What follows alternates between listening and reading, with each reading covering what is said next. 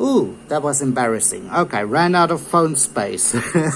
Let's try to continue. Subordinate conjunction. This is an subordinate conjunction. Okay, that means that when I compare this structure of the sentence to this one that we did over here, it's going to look a little bit different. Okay, so what is going to happen? I'm going to have a dependent clause will start with a predicate. There will be subject 1, predicate 1, and then predicate 2.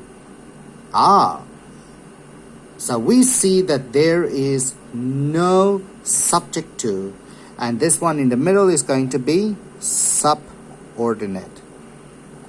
Okay, now again, like you see the word co here, the word sub. Sub means there are levels of it. Okay, so this one is sub to this one. This one is the sub to this one. This one is below. It is under. It is the next level. So this one is the most important. This one is second important, this one is third important, and fourth important. In a company, you can also see the subs in a company structure. For example, you have the big boss, and then you have the department managers, and each one of them will have their own teams, and like that. Okay, so that will also show you the same. So what does this mean? This means that subordinating conjunction shows me there is something in this sentence that is not as important linguistically, of course, linguistically not the same as the other one. And what does that mean? It means I'm going to have a full sentence which is called a independent clause. So I've got to have an independent clause, and then I can have a dependent clause. Dependent clause which will look like that. Okay, now the activity that I gave you guys to do focuses on this. So let's have a look at our activity on this side. So for the activity, let me turn my camera a little bit more level. Okay, there we go. Sounds like Elsa. Okay, so let's have a look. Now I lost my pen. Oh goodness, Jackie.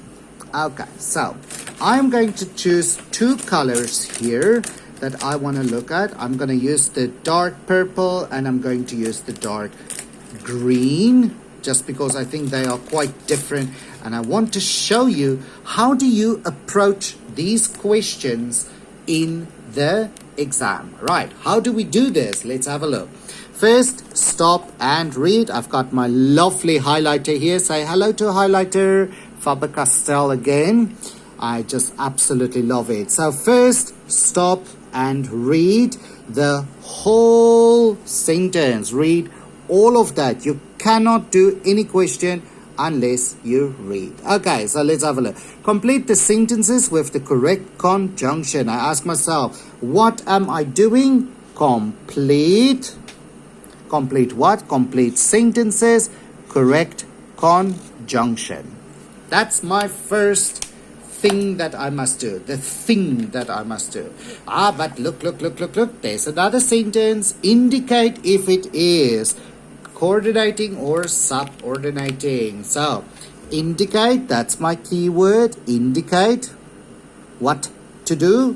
What to do. Indicate what? Coordinating or subordinating. Okay, and now that I have shown myself, because remember, this is for yourself. This is not for me. This is definitely not for me. This is just for yourself. So let's have a look. I know the owner. I can't tell you. I know the owner. I can't tell you. So a good one could be maybe but. But. So that is the yellow part. But. Fill in a good conjunction. A conjunction that can fit that sentence. Okay, now step number two, indicate whether this is coordinating or subordinate. For this part, I'm going to choose my two colors, and I've got them here with me. I have my purple and my blue. Okay, gonna start with purple. I know the answer, so what I do, and I literally do this, it's so crazy. So what I'm going to do is I'm going to close the conjunction and everything behind the conjunction. I'm going to close all of that. I look at what I have left. I know the answer. I'm going to look at this. Now I ask, who am I talking about? Remember, our first question is also always who. Who am I talking about? I'm talking about I. So I is the subject. I what? I know. I know. So there's my verb. Know what?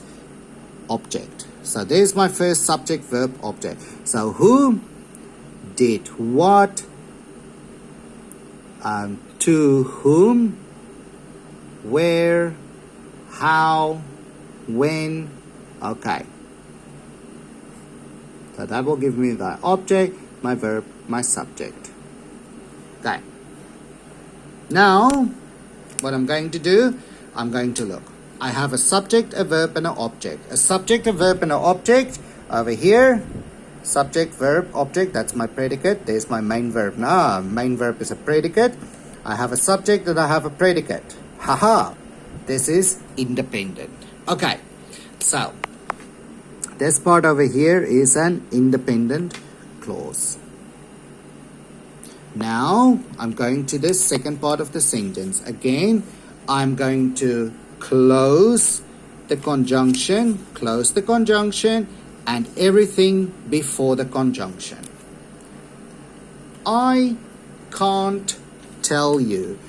Who am I talking about? I'm talking about I. So I is the subject. I what? Can't tell. There's my verb phrase. Okay, remember this is a verb phrase.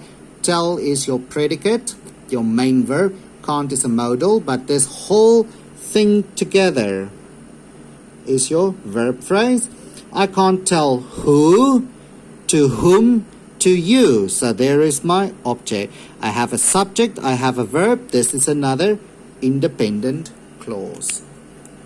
So when I put this together, an independent clause and another independent clause. Two independent clauses together, this is coordinating at the same level. This sentence and this sentence are equally important. They both look like full sentences. So if I have to choose an answer, this is coordinating. Okay. Just to make sure, I will maybe circle this one. Coordinating. Okay. So that's what you had to do for this whole activity. Should we go by train, take the bus, or should we go by train or take the bus? First part, close the or, and the sentence after that, should we go by train? Is that a full sentence? Yes, absolutely. Who? We. Auxiliary should. Main verb go. Should go. How? By train. So that is an independent clause. Take the bus. If I say like this, take the bus, that is dependent. So that is subordinate. Okay. And I'm going to write down all the conjunctions for you. Please check your own answers as well. Rachel is happy she won the competition. Rachel is happy because she won the championship. Jean cleaned the table. Her mom dyed the dishes. Sorry, this must be did the dishes. Her mom did the dishes. Jean cleaned the table and her mom did the dishes. I am allergic to cats. I have two of them. I am allergic to cats, but I have 2 of them. Although I have 2 of them would also work. Okay. This is not the only answers. Guys, please always remember this, that the answers that I write down in my book is not the only answers that are correct. And when we do the test, I always check what you write. Okay. You guys will remember from last year, I always read your answer as well. So there's not just one answer in English. Please understand that there's not always just one answer. Okay. She did not study. She failed the test. She did not study. Therefore, you can also have so she failed the test. I will be late for the party. I will be having dinner with my parents first. Well, I will be late because.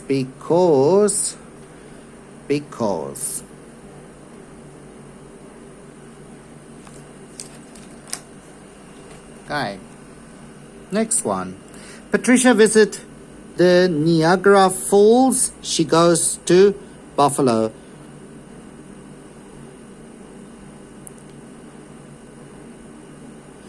Patricia visits the Niagara Falls because she goes to Buffalo. Because is not going to work.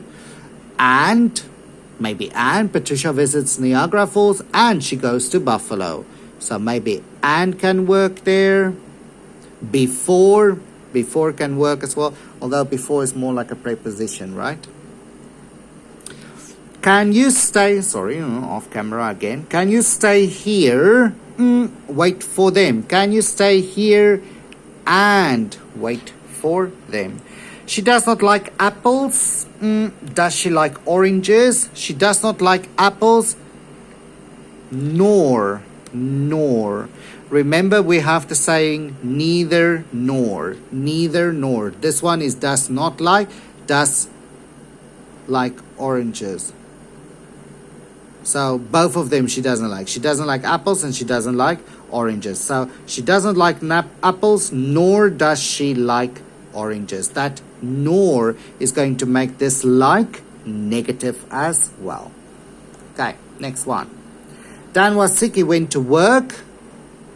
Again, you can say although Dan was sick, he went to work. He has a small house. It feels very spacious. He has a small house.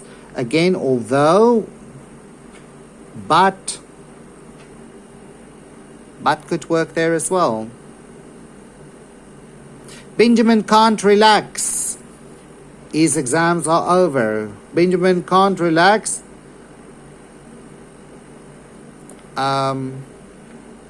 Benjamin can't relax. Oh, what's happening to my phone?